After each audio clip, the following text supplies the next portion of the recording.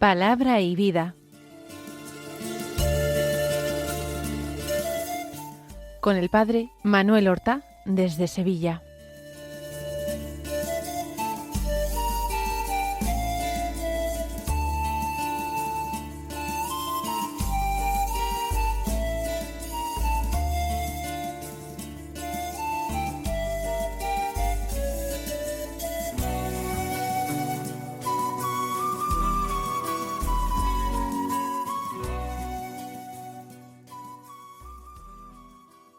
En el nombre del Padre, y del Hijo, y del Espíritu Santo.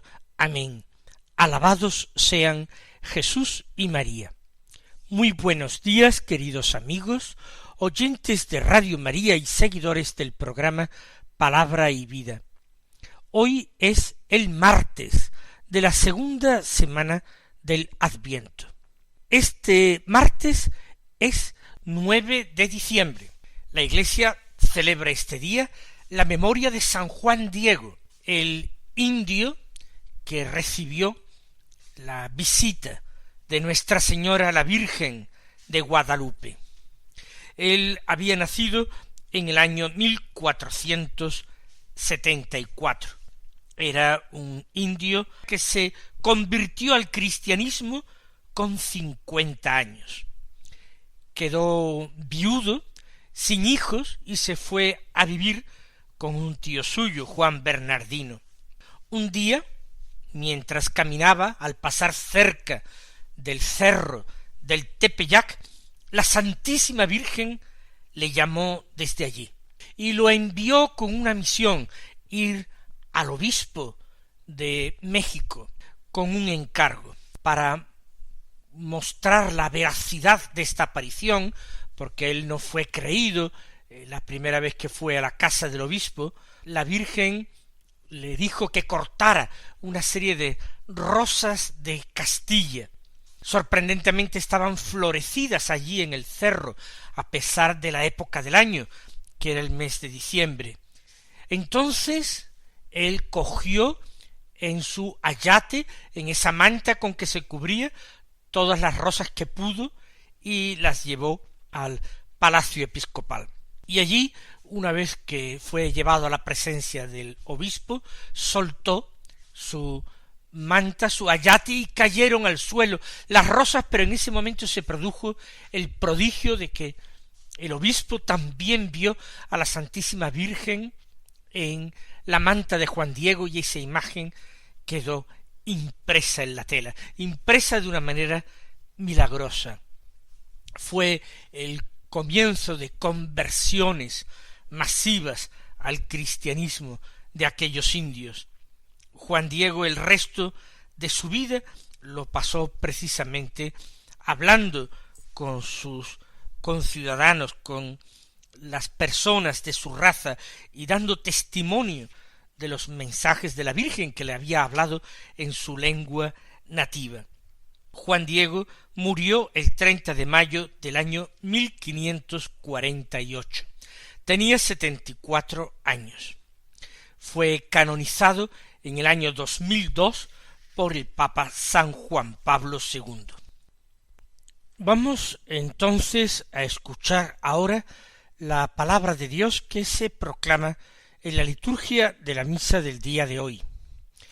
Fieles a nuestro propósito de Adviento, vamos a tomar el Evangelio, que es según San Mateo.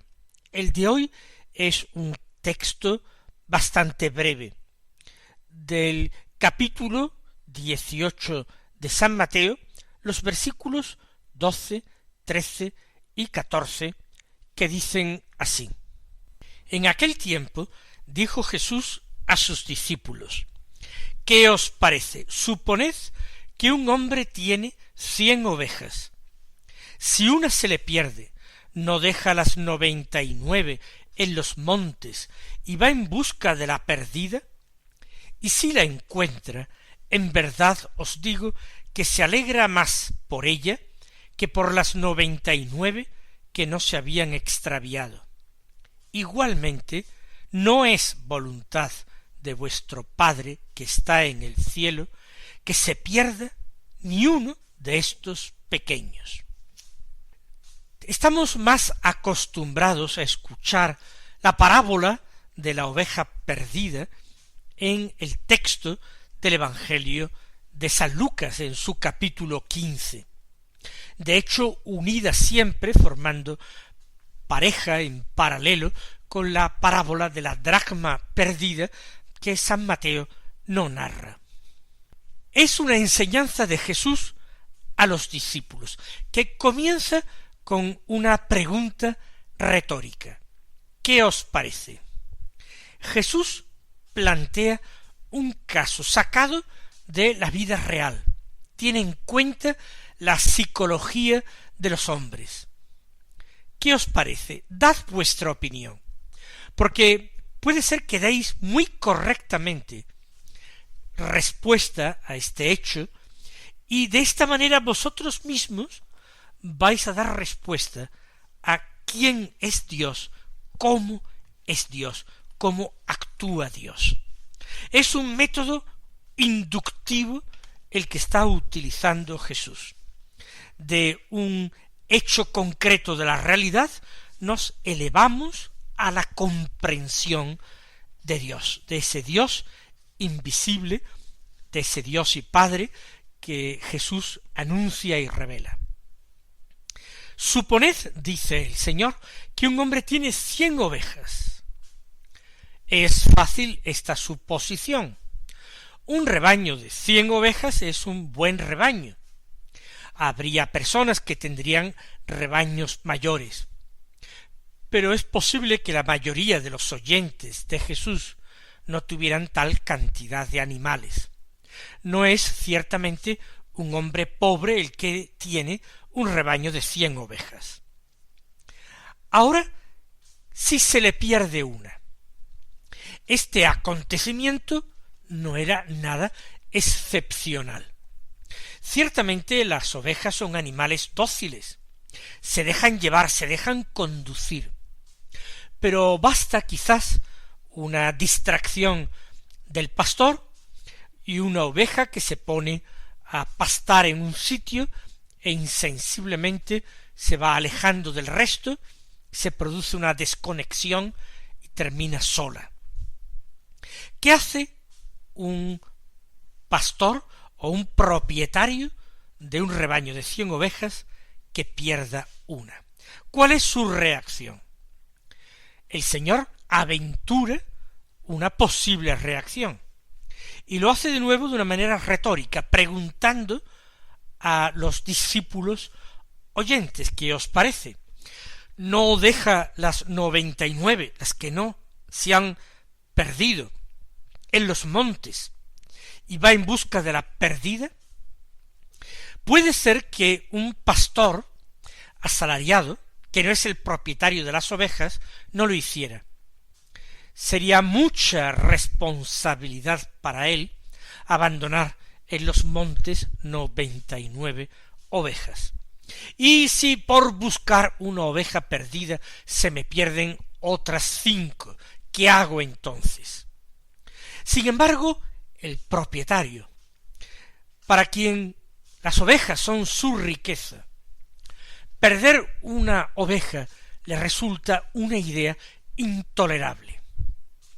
Y cuando algo resulta intolerable, difícil de soportar, entonces no entran los cálculos. No se dice perderé yo ahora en vez de 5. No, uno se lanza hacia aquello que le falta. Uno se lanza a remediar su necesidad, su carencia.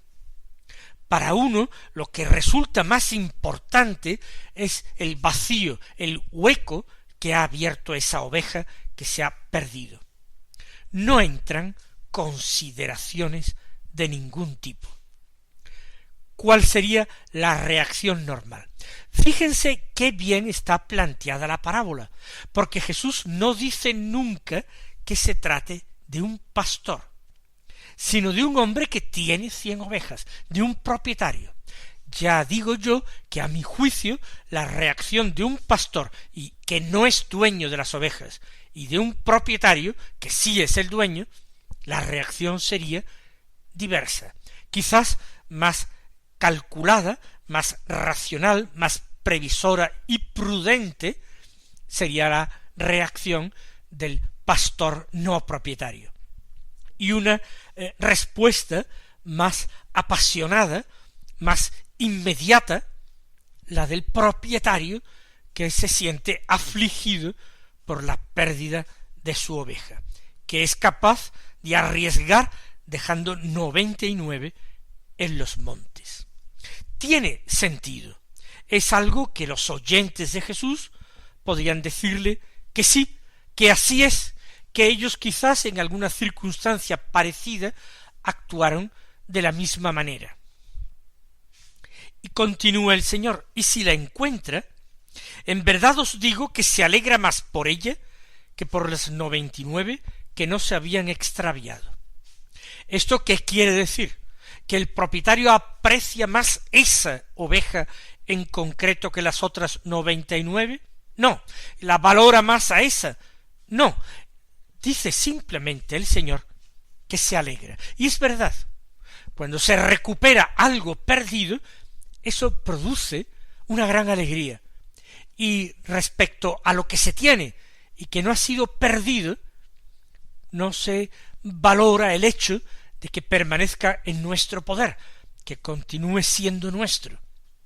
Se alegra uno, digo, es una ley psicológica, cuando uno es capaz de culminar su empeño, su empresa, cuando uno es capaz de acabar su búsqueda con un resultado positivo, con el encuentro de aquello que se buscaba. Todas las energías, todo el interés, todo el deseo y al mismo tiempo toda la preocupación, todo el dolor, toda la pérdida se concentran en esa actividad de buscar. Por eso, por esa oveja se alegra más que por las 99 que no se habían extraviado. Ya he explicado el por qué, no porque esa valga más. Pero es una ley psicológica, así es. Todos le volverían a dar la razón a Jesús. Es verdad, eso nos pasa a todos.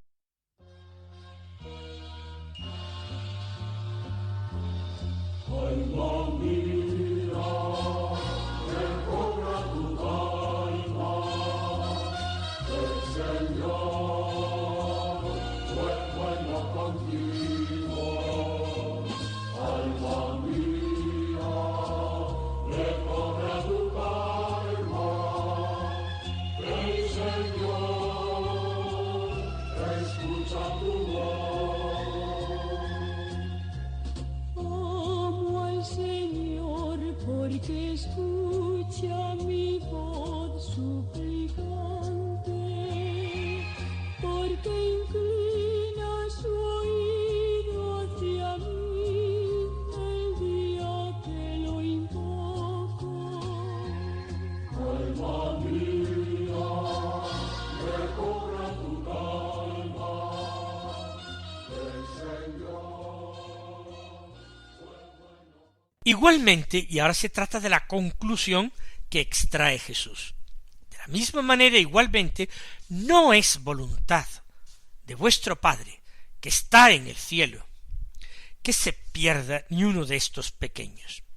Jesús llama a Dios Padre, pero en esta ocasión no le llama como casi siempre mi Padre que está en el cielo, sino vuestro Padre. ¿Por qué Jesús en esta ocasión, en vez de hablar de mi Padre, habla de vuestra Padre? Muy sencillo, porque está dando a los suyos, a sus discípulos, una enseñanza acerca de él, una revelación acerca de cómo Dios actúa en relación a los hombres, sus hijos por adopción. No como el Padre actuaría en relación a Jesús, su unigénito, su Hijo único. No, el Hijo único no se perdería jamás, no se ha perdido nunca. Él está en el Padre y el Padre está en él. Se habitan mutuamente. Es como Dios actuaría en relación a los hijos por adopción. Esos hijos que sí se pueden perder, esos hijos que sí tienen necesidad de ser buscados. Por eso el Señor dice, no es la voluntad de vuestro Padre que está en el cielo. Y lo nombra Padre, y con las mismas palabras que en el comienzo de la oración del Padre Nuestro, del Padre que está en el cielo. Ese Padre que es trascendente. Un Padre que, como trascendente que es, podría ser percibido o captado por el hombre como alguien lejano, incognoscible. Y sin embargo, ese Dios todopoderoso, omnisciente, infinitamente sabio, ya lo hemos dicho, reacciona de una forma muy parecida a como reaccionaría el propietario de un gran rebaño que pierde una sola oveja, una sola de 100. Se va a preocupar tanto de ella que su gozo por encontrarla será extraordinario. Vuestro Padre del cielo no es un Dios lejano, no es un Dios que no se deje conmover, es un Dios que tiene reacciones sorprendentemente parecidas a las que pueda tener un hombre. No esas reacciones negativas que pueden ser el odio, la ira, la envidia, el egoísmo. Dios no es así. Pero en Dios hay amor. Más aún, Dios es amor. Y por esto no puede dejar de actuar como actúa. No puede dejar de mostrar que Él, aunque no tenga un cuerpo humano, el Padre, aunque no se haya encarnado el Padre, aunque no tenga manos y pies, el Padre, sin embargo, tiene un corazón. No un corazón físico, no un corazón de carne, como el Hijo, como Jesucristo. Pero sí que nuestro Dios es todo corazón, hablando de un modo simbólico. Es un Dios con una extraordinaria, absolutamente infinita capacidad de amar, de vaciarse en el amor, en el don de sí mismo, en la búsqueda del bien del amado, de los amados. Por eso no es voluntad de vuestro Padre del cielo. El Padre del cielo no quiere, como no quiere un propietario que ha perdido una oveja, no quiere que se pierda ni uno solo de estos pequeños. ¿Quiénes son estos pequeños? Estos pequeños son los discípulos, los hombres que reconocen su debilidad, su impotencia, su pequeñez, su dependencia en relación a Dios. Aquellos que no se consideran autosuficientes, aquellos que dirigen sus plegarias, sus súplicas, sus peticiones a Dios, aquellos que ponen su confianza en ese Padre del cielo del que Jesús ha hablado, a quien les ha enseñado a rezar. Hágase tu voluntad, nos invita a decir Jesús en el Padre Nuestro. Y ahora nos dice, esto no es la voluntad de vuestro Padre que está en el cielo. Si no es su voluntad, nosotros tenemos que pedir, no hágase, sino Señor, no se haga tal cosa. Hemos de tratar de impedirlo. ¿El qué? Que se pierda uno solo de estos pequeños, que se pierda uno solo de los discípulos de Jesús que han sido entregados, dados por el Padre al Señor Jesucristo. El buen discípulo, por una parte, tiene que evitar el perderse, extraviarse por caminos que son caminos peligrosos, que nos llevan a la vida, que nos llevan a la felicidad. Esos caminos que son el camino de los pecados capitales, la soberbia con todas sus variantes, la avaricia, la lujuria, la ira, la envidia, la gula, la pereza. Todos esos son caminos erróneos, siguiendo los cuales un hijo adoptivo de Dios, un discípulo, un pequeño para Dios puede perderse, y no es la voluntad del Padre. Nosotros debemos evitar perdernos, pero lo que es más importante, si ello aconteciera por nuestra ignorancia, precisamente por nuestra debilidad, por nuestra maldad, al menos que nos dejemos encontrar por Dios, porque algunos se pierden y encima se esconden de Dios. Hacen como Adán en el paraíso, que se escondía entre los árboles del jardín. Nosotros no pequemos, pero si alguno peca, dice el apóstol Juan en su primera epístola, tenemos quien abogue por nosotros, el Señor Jesucristo. Si uno de nosotros peca, tenemos que dejarnos encontrar por Dios, que viene a buscarnos, si es posible decirlo, con esta evidente audacia, con impaciencia, con la impaciencia del amor, que antepone a todo la búsqueda del amado, para que no se pierda, para que no se dañe, para que no sea infeliz.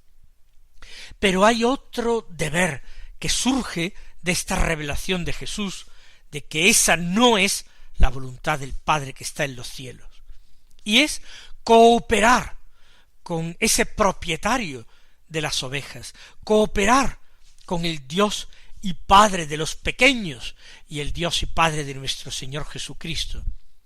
Cooperar con Él, digo, para buscar a todas las ovejas perdidas. Nosotros tenemos que convertirnos en guardianes de nuestros hermanos. Aquello precisamente que no quería ser Caín en relación con su hermano Abel. ¿Acaso soy yo el guardián de mi hermano?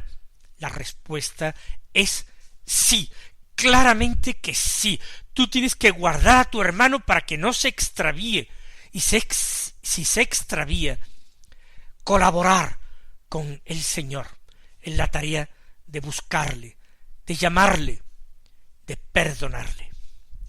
Mis queridos hermanos, vamos nosotros en este tiempo de Adviento a decirle al Señor que queremos ser sus pastores ayudantes.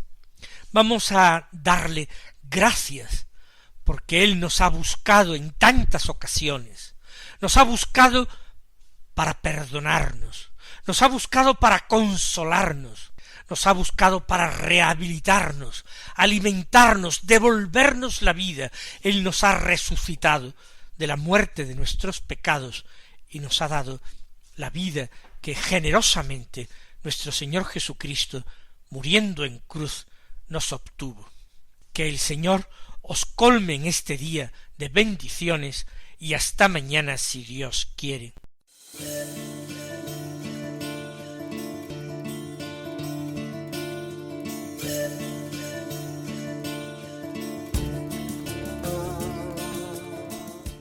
Han escuchado en Radio María Palabra y Vida, un programa que dirige el Padre Manuel Horta.